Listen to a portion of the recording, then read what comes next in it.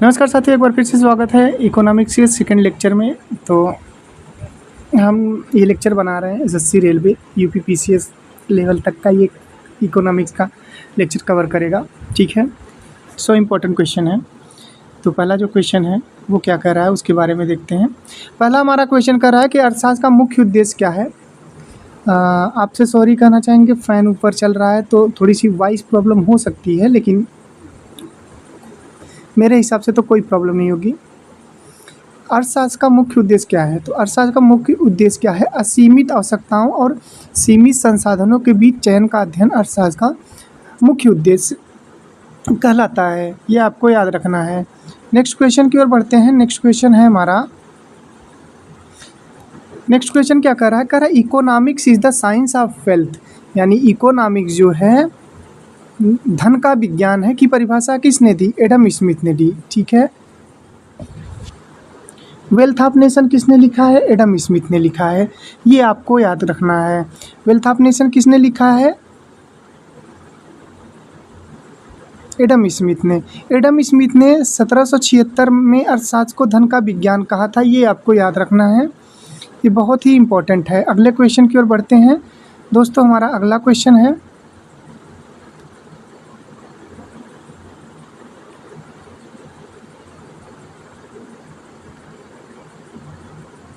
अगला क्वेश्चन है economics the science of scarcity की परिभाषा किसने दी? तो राइट आंसर क्या हो जाएगा? लियोनेल रॉबिन्स जो थे, इन्होंने कहा economics is the science of scarcity, ठीक है, इसकी परिभाषा दी थी। अगले क्वेश्चन की ओर बढ़ते हैं। हमारा अगला क्वेश्चन क्या कह रहा है? अगला क्वेश्चन हमारा कह रहा है, इंपॉर्टेंट क्वेश्चन है, कह रहा है कि economics is the study of Mankind in the ordinary business of life, किसकी परिभाषा है? तो ये परिभाषा हो जाएगी अल्फ्रेड मार्शल की, ठीक है। अल्फ्रेड मार्शल जो है इसके करेक्ट आंसर हो जाएंगे। नेक्स्ट क्वेश्चन की ओर बढ़ते हैं। नेक्स्ट क्वेश्चन हमारा क्या कह रहा है? कह रहा है निम्न में से कौन सा आर्थिक संसाधन नहीं है, ठीक है। सूर्य का प्रकाश जो है ये इकोनॉमिक संसाधन नहीं है, ठीक है, ये आपको याद रखना है। क्वेश्चन बहुत ही ज़बरदस्त लेके आया हूँ, ठीक है। इसकी थियरी मैं पढ़ा चुका हूँ, दोबारा मैं करवा रहा हूँ सेकंड लेक्चर के रूप में, ताकि आपको रिवीजन हो जाए, ठीक है। अर्थशास्त्र में अवसर लागत यानी अपॉर्चुनिटी कॉस्ट का अर्थ क्या होता है? तो त्यागा गया सर्वोत्तम विकल्प, ठीक है। त्यागा गया सर्वोत्तम विकल्प जो होता है वो अर्थशास्त्र में अवसर लागत यानी अपॉर्चुनिटी कॉस्ट का अर्थ होता है। ये आपको याद रखना है मित्रों आगे बढ़ते हैं। अगला क्वेश्चन देखते हैं, 7 नंबर। हमारा 7 नंबर क्वेश्चन है, कह रहा है कि अर्थशास्त्र का कौन सा भाग व्यक्तिगत इकाइयों का अध्ययन करता है? तो ये सूक्ष्म अर्थशास्त्र जो होता है ये व्यक्तिगत इकाइयों का अध्ययन करता है। ऑप्शन नंबर बी यहाँ पे करेक्ट हो जाएगा। अगले क्वेश्चन की ओर बढ़ते हैं। अगला हमारा क्वेश्चन है, क्वेश्चन कह रहा है कि निम्न में से कौन सी आर्थिक समस्या नहीं है? किस रंग का उत्पादन करें? ये आपकी इकोनॉमिकल प्रॉब्लम नहीं है, ठीक है। ऑप्शन नंबर डी यहाँ पे करेक्ट हो जाएगा। कौन सा ऑप्शन सही हो जाएगा? Option number D. Option number D, किस रंग का उत्पादन करें ये आर्थिक समस्या नहीं है। क्या उत्पादन करें, कैसे उत्पादन करें, किसके लिए उत्पादन करें, ये आपकी आर्थिक समस्या है। किस रंग का उत्पादन करें ये आपके लिए है ही नहीं, उससे रिलेटेड ही नहीं है, ठीक है। चलिए आगे बढ़ते हैं अगले क्वेश्चन की ओर। अगला हमारा क्वेश्चन क्या कह रहा है वो देखते हैं। क्वेश्चन कह रहा है स्कैरसिटी यानी दुर्लभता का मुख्य कारण क्या है? संसाधन सीमित और आवश्यकताएं जो होती है नेसेसिटी वो अनलिमिटेड होती हैं, ठीक है, असीमित होती हैं। तो ये आपकी दुर्लभता का उदाहरण हो जाएगा। अगला क्वेश्चन है, निम्न में से कौन सा उत्पादन का कारक नहीं है? तो मुद्रा जो है उत्पादन का कारक नहीं है। ऑप्शन नंबर डी करेक्ट हो जाएगा। अगले क्वेश्चन की ओर बढ़ते हैं। हमारा अगला क्वेश्चन है अर्थशास्त्र का जनक किसे कहा जाता है? तो एडम स्मिथ को अर्थशास्त्र का जनक कहा जाता है। ऑप्शन नंबर बी करेक्ट हो जाएगा, एडम स्मिथ।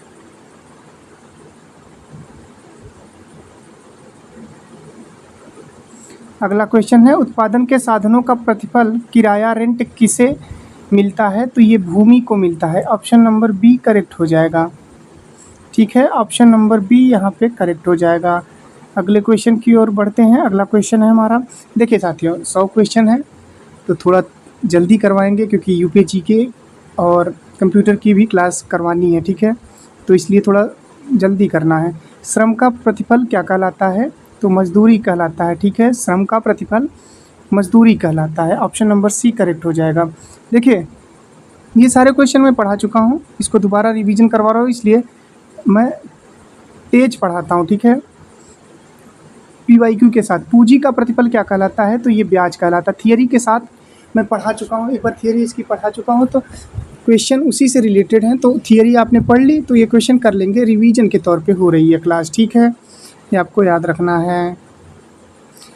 अगले क्वेश्चन की ओर बढ़ेंगे। उद्यमी का प्रतिफल क्या कहलाता है, तो लाभ कहलाता है। उद्यमी का प्रतिफल लाभ कहलाता है, ये हमको याद करें है, ठीक है।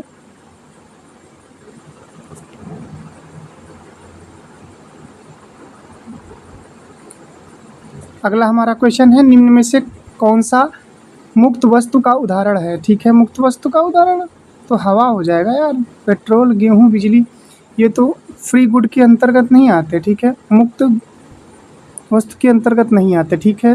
तो इसका राइट आंसर हवा हो जाएगा।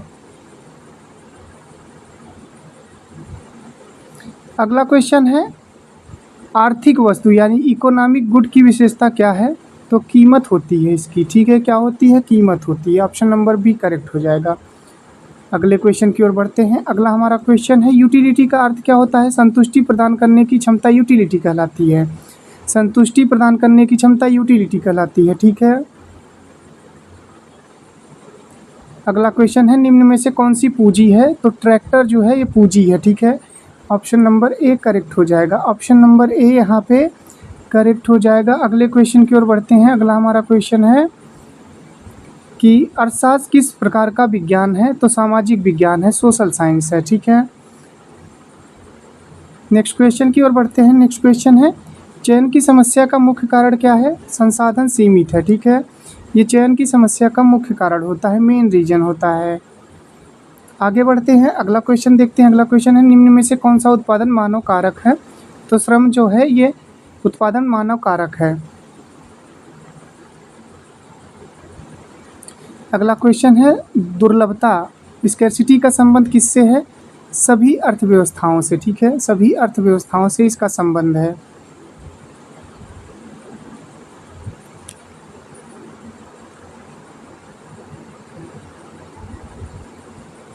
अगला क्वेश्चन है, अर्थशास्त्र का केंद्रीय विषय क्या है, तो अर्थशास्त्र का केंद्रीय विषय है संसाधनों का कुशल आवंटन, ठीक है, केंद्रीय विषय हो जाएगा ये।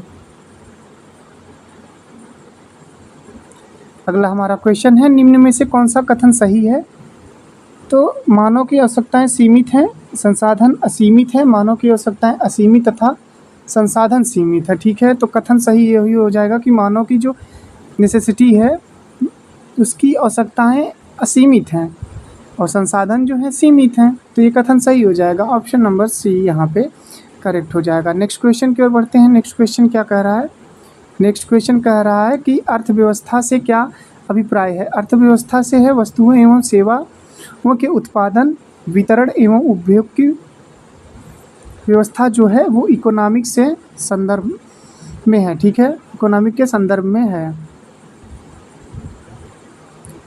अगला हमारा क्वेश्चन है, आर्थिक प्रणाली यानी इकोनॉमिक सिस्टम का मुख्य उद्देश्य क्या है, संसाधनों का कुशल आवंटन। संसाधनों का कुशल आवंटन क्या कहलाता है, ये जो आपका इकोनॉमिक सिस्टम होता है इसका मेन एम होता है ये संसाधनों का कुशल आवंटन। आगे बढ़ते हैं, अगला क्वेश्चन देखते हैं। अगला हमारा प्रश्न क्या कर रहा है, पूंजीवादी अर्थव्यवस्था का आधार क्या है, निजी स्वामित्व। Option number B.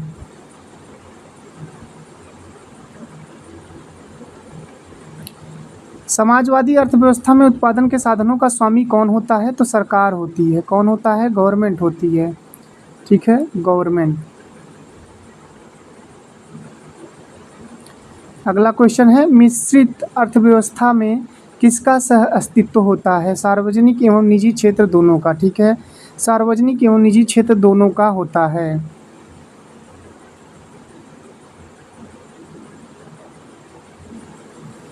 भारत ने कौन सी आर्थिक प्रणाली अपनाई है, तो ये मिश्रित हो जाएगा, ठीक है, मिश्रित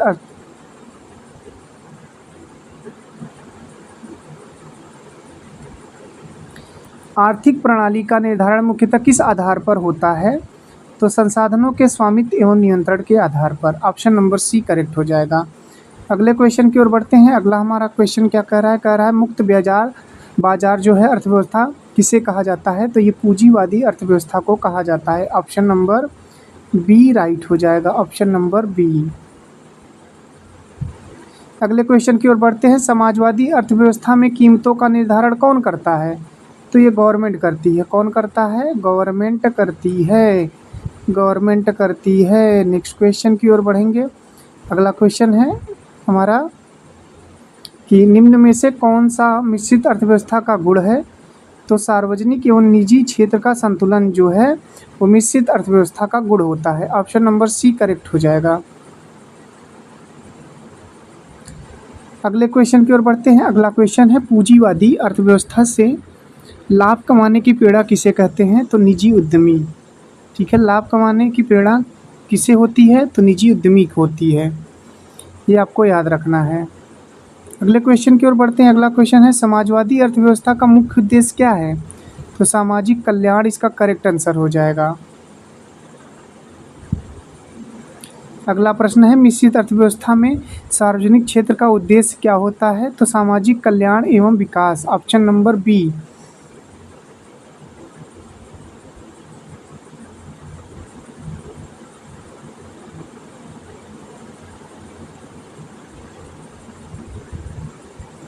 अगला क्वेश्चन है निम्न में से कौन सी पूंजीवादी अर्थव्यवस्था का प्रमुख दोष है? प्रतिस्पर्धा, आय एवं संपत्ति की असमानता। ठीक है, दोष जो है आय एवं संपत्ति की असमानता इसका दोष हो जाएगा।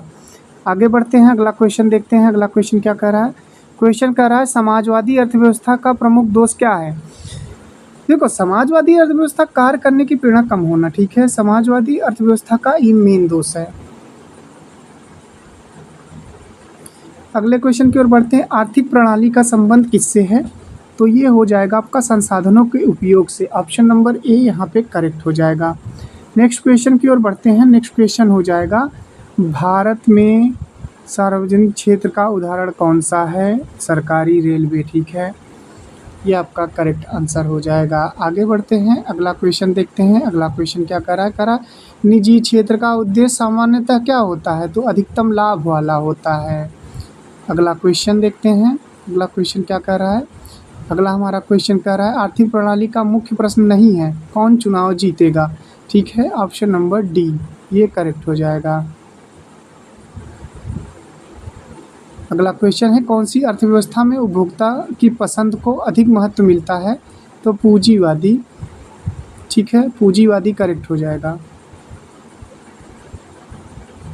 नेक्स्ट क्वेश्चन है भारत में आर्थिक नियोजन समवर्ती सूची का विषय है। ठीक है, भारत में आर्थिक नियोजन की शुरुआत कब हुई थी? तो 1951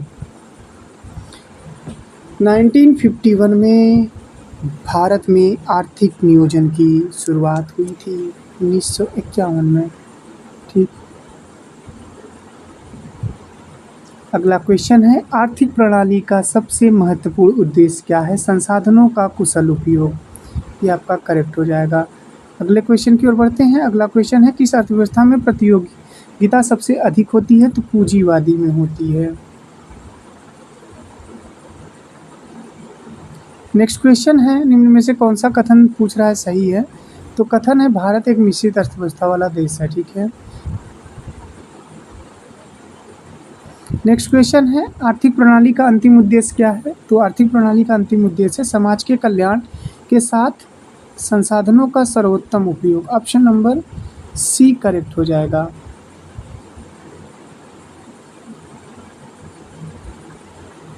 अगला क्वेश्चन है उत्पादन के साधनों पर पूर्ण निजी स्वामित्व किस अर्थव्यवस्था की विशेषता है? तो पूंजीवादी इसका करेक्ट आंसर हो जाएगा। अगले क्वेश्चन की ओर बढ़ते हैं। अगला हमारा क्वेश्चन है क्या कर रहा है वो ध्यान से देखेंगे। ध्यान से देखने वाली बात यह है 52 नंबर क्वेश्चन है उत्पादन के साधनों पर राज्य का पूर्ण नियंत्रण किस अर्थव्यवस्था में होता है? तो ये समाजवादी हो जाएगा। ठीक है, ऑप्शन नंबर बी करेक्ट हो जाएगा। भारत किस प्रकार की अर्थव्यवस्था का उदाहरण है? तो मिश्रित अर्थव्यवस्था का उदाहरण है। ठीक है, कौन सी अर्थव्यवस्था का उदाहरण है? मिश्रित अर्थव्यवस्था का उदाहरण है। अगला क्वेश्चन है, मुक्त व्यापार यानी फ्री मार्केट किस अर्थव्यवस्था की पहचान है? तो पूंजीवादी की पहचान है। चलिए आगे बढ़ते हैं, अगला क्वेश्चन देखते हैं। समाजवादी अर्थव्यवस्था का प्रमुख उद्देश्य क्या है? तो सामाजिक समानता। ठीक है, प्रमुख उद्देश्य क्या हो जाएगा? सामाजिक समानता।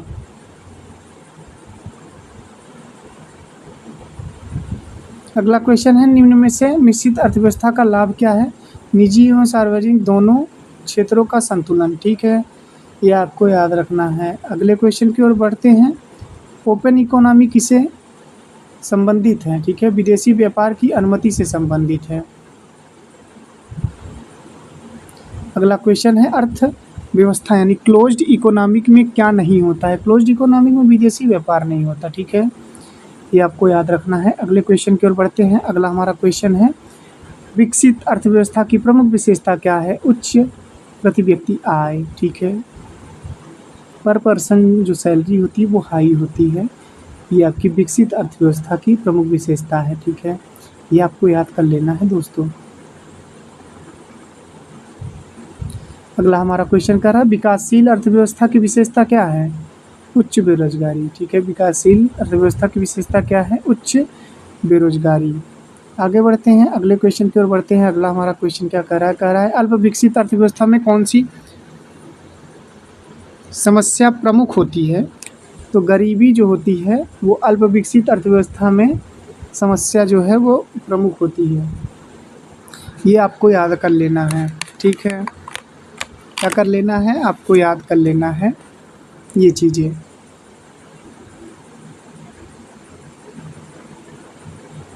अगला क्वेश्चन है, निम्न में से कौन सा विकसित देश है? भारत, नेपाल, जापान, बांग्लादेश। ठीक है, देखिए भारत को हटा दो, नेपाल को हटा दो, काठमांडू, बांग्लादेश, ढाका ये हटा दो, जापान कर दो।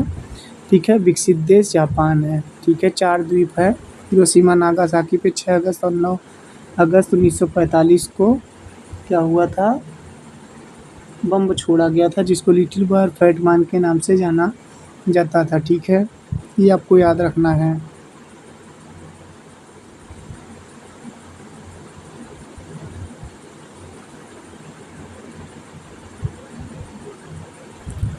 अगला क्वेश्चन है, निम्न में से कौन सा विकासशील देश है? ठीक है, तो भारत विकासशील है, अमेरिका विकसित है, जर्मनी आप लोग जानते ही होंगे,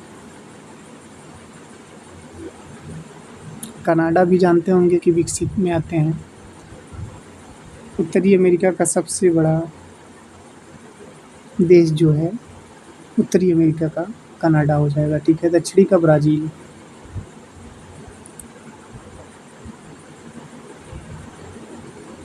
अगला क्वेश्चन है, भारत ने 1991 के बाद किस दिशा में आर्थिक सुधार किया है? तो उदारीकरण में इन्होंने सुधार किया है।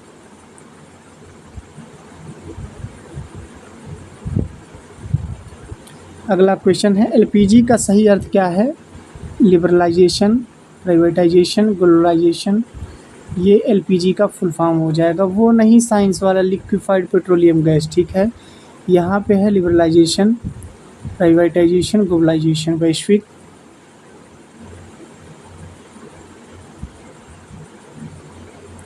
अगला क्वेश्चन है, ग्लोबलाइजेशन का अर्थ क्या होता है? विश्व अर्थव्यवस्था से जुड़ना। विश्व अर्थव्यवस्था से जुड़ना क्या होता है? ग्लोबलाइजेशन कहलाता है।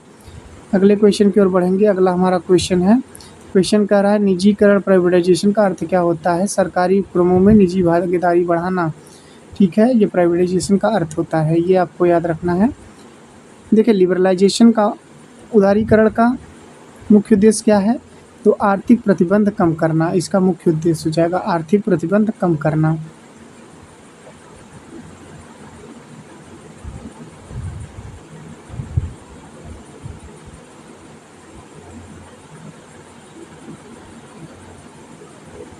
अगला क्वेश्चन है, निम्न में से कौन सी मिश्रित अर्थव्यवस्था की विशेषता है?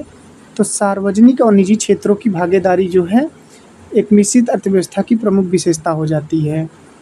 अगले क्वेश्चन की ओर बढ़ते हैं। अगला हमारा क्वेश्चन क्या कह रहा है? कह रहा है कि खुली अर्थव्यवस्था का एक लाभ क्या है? देखो यार, खुली अर्थव्यवस्था का विदेशी निवेश प्राप्त होना। ठीक है, क्या? विदेशी निवेश प्राप्त होना। आगे बढ़ते हैं, अगला क्वेश्चन देखते हैं। अगला क्वेश्चन है, बंद अर्थव्यवस्था का प्रमुख नुकसान क्या है? तो विदेशी निवेश की कमी। ठीक है, विदेशी निवेश की कमी। अगला क्वेश्चन है, विकसित अर्थव्यवस्था में सामान्यतः क्या पाया जाता है? उच्च मानव विकास। ठीक है, बी। अगला क्वेश्चन है, भारत की वर्तमान अर्थव्यवस्था किस श्रेणी में आती है? तो विकासशील में आती है, डेवलपिंग कंट्री में आता है भारत, ये आपको याद रखना है। और 74 नंबर क्वेश्चन है हमारा कि निम्न में से कौन सी पूंजीवादी अर्थव्यवस्था का गुण है? तो नवाचार एवं प्रतिस्पर्धा जो है वो पूंजीवादी अर्थव्यवस्था का गुण है। ये सारी चीज़ें मैं थियरी में पढ़ा चुका हूँ, ऑब्जेक्टिव फिर से करा रहा हूँ ताकि आपका रिवीजन हो जाए। ठीक है,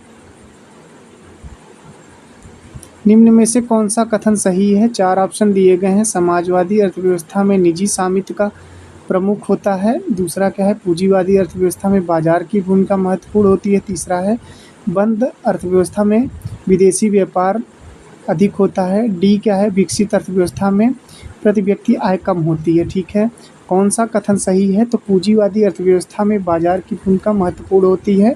ऑप्शन नंबर बी करेक्ट हो जाएगा। कौन सा करेक्ट हो जाएगा? ऑप्शन नंबर बी, ये आपको याद रखना है। आगे बढ़ते हैं, 76 नंबर क्वेश्चन देखते हैं। कह रहा है कि माइक्रो इकोनॉमिक का जनक किसे कहा जाता है? अल्फ्रेड मार्शल को कहा जाता है, ये आपको याद रखना है। किसको कहा जाता है? अल्फ्रेड मार्शल को। अल्फ्रेड मार्शल जो हैं वो आपके करेक्ट आंसर हो जाएंगे। 77 नंबर क्वेश्चन क्या कह रहा है वो देखेंगे। कह रहा है कि अर्थशास्त्र यानी सूक्ष्म जो अर्थशास्त्र है किसका अध्ययन करता है? तो ये व्यक्तिगत उपभोक्ता एवं फर्म का अध्ययन करता है। ठीक है, अगले क्वेश्चन की ओर बढ़ेंगे। अगला हमारा क्वेश्चन है डिमांड। 78 नंबर क्वेश्चन है, मांग यानी डिमांड का नियम किसके बीच संबंध बताता है? तो कीमत और मांग के बीच। ठीक, ये आपको याद रखना है। अगले क्वेश्चन की ओर बढ़ते हैं। अगला क्वेश्चन हमारा क्या कह रहा है, ध्यान से देखेंगे क्वेश्चन को। क्वेश्चन कह रहा है सामान्य परिस्थितियों में कीमत बढ़ने पर मांग क्या होती है? घटती है, ये आपको याद रखना है। अगले क्वेश्चन की ओर बढ़ते हैं। अगला हमारा क्वेश्चन क्या कह रहा है उसको ध्यान से देखेंगे। पूर्ति का नियम क्या बताता है? पूर्ति का नियम कीमत बढ़ने पर पूर्ति बढ़ती है, ये आपको याद रखना है। अगले क्वेश्चन की ओर बढ़ते हैं। अगला हमारा क्वेश्चन है किसी वस्तु की उपभोक्ता का अर्थ क्या है? ठीक है, किसी वस्तु की उपभोक्ता का अर्थ पूछ रहा है, तो इसका अर्थ क्या हो जाएगा? संतुष्टि देने की क्षमता होती है किसी वस्तु की उपयोगिता का अर्थ, ये आपको याद रखना है। अगले क्वेश्चन की ओर बढ़ते हैं। अगला हमारा क्वेश्चन है कि सीमांत उपयोगिता यानी मार्जिनल यूटिलिटी का अर्थ क्या होता है? अतिरिक्त इकाई से प्राप्त अतिरिक्त संतुष्टि। ऑप्शन नंबर बी करेक्ट हो जाएगा।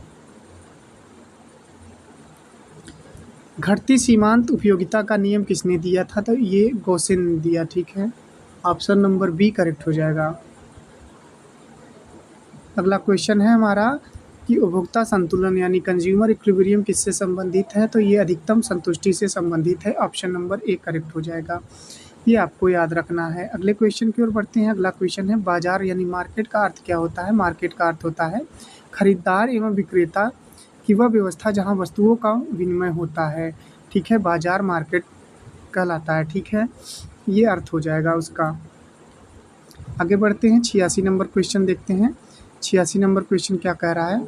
86 नंबर क्वेश्चन कर रहा है पूर्ण प्रतियोगिता यानी परफेक्ट कंपटीशन में विक्रेताओं की संख्या क्या होती है?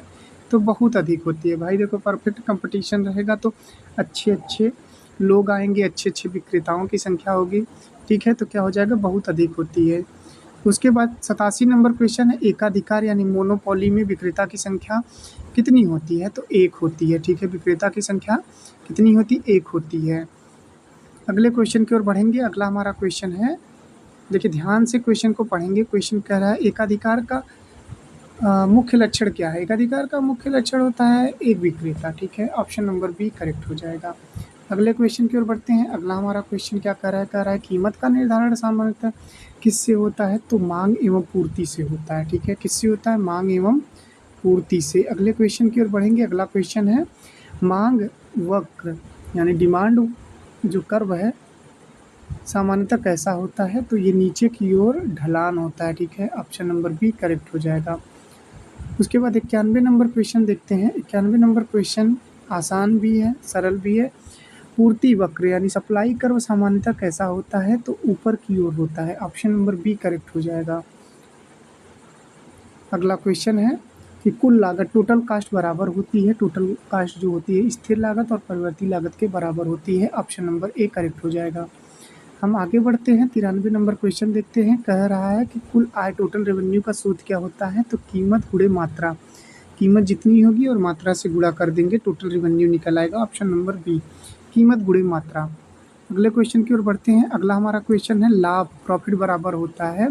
प्रॉफिट जो होता है कुल आय माइनस कुल लागत, निकालेंगे तो लाभ बचेगा। ठीक है, कुल आय में से कुल लागत निकालेंगे तो लाभ बचेगा।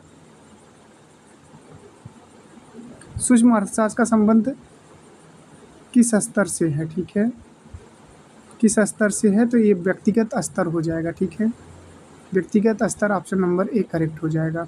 ये आपको याद रखना है। अगला हमारा क्वेश्चन है निम्न में से कौन सा सूक्ष्म अर्थशास्त्र का विषय है, तो ये एक फर्म का उत्पादन जो है ये सूक्ष्म अर्थशास्त्र का विषय है, ये आपको याद रखना है। अगले क्वेश्चन की ओर बढ़ते हैं। अगला क्वेश्चन है हमारा उपभोक्ता का मुख्य उद्देश्य क्या होता है, तो उपभोक्ता का मुख्य उद्देश्य होता है अधिकतम संतुष्टि। ऑप्शन नंबर बी करेक्ट हो जाएगा। Option number B. अगले क्वेश्चन की ओर बढ़ते हैं। अगला हमारा क्वेश्चन है कह रहा है कि प्रोड्यूसर का मुख्य उद्देश्य क्या होता है, तो अधिकतम लाभ कमाना यानी मैक्सिमम प्रॉफिट जो है वो प्रोड्यूसर का मेन एम होता है। अगले क्वेश्चन की ओर बढ़ते हैं। अगला क्वेश्चन है हमारा 99 नंबर क्वेश्चन क्या कह रहा है, ध्यान से देखेंगे। मांग एवं पूर्ति बराबर होने पर क्या बनता है, तो मांग और पूर्ति बराबर होने पर जो है इक्विलिब्रियम प्राइस बनता है, संतुलन कीमत बनता है। ठीक है, ये आपको याद रखना है। और 100वां और लास्ट हमारा क्वेश्चन जो है इकोनॉमिक्स का लेक्चर सेकंड का वो है सूक्ष्म अर्थशास्त्र का उद्देश्य क्या है। सूक्ष्म अर्थशास्त्र का उद्देश्य है व्यक्तिगत आर्थिक निर्णयों का अध्ययन। तो ये थे इकोनॉमिक्स के 100 इम्पोर्टेंट क्वेश्चन।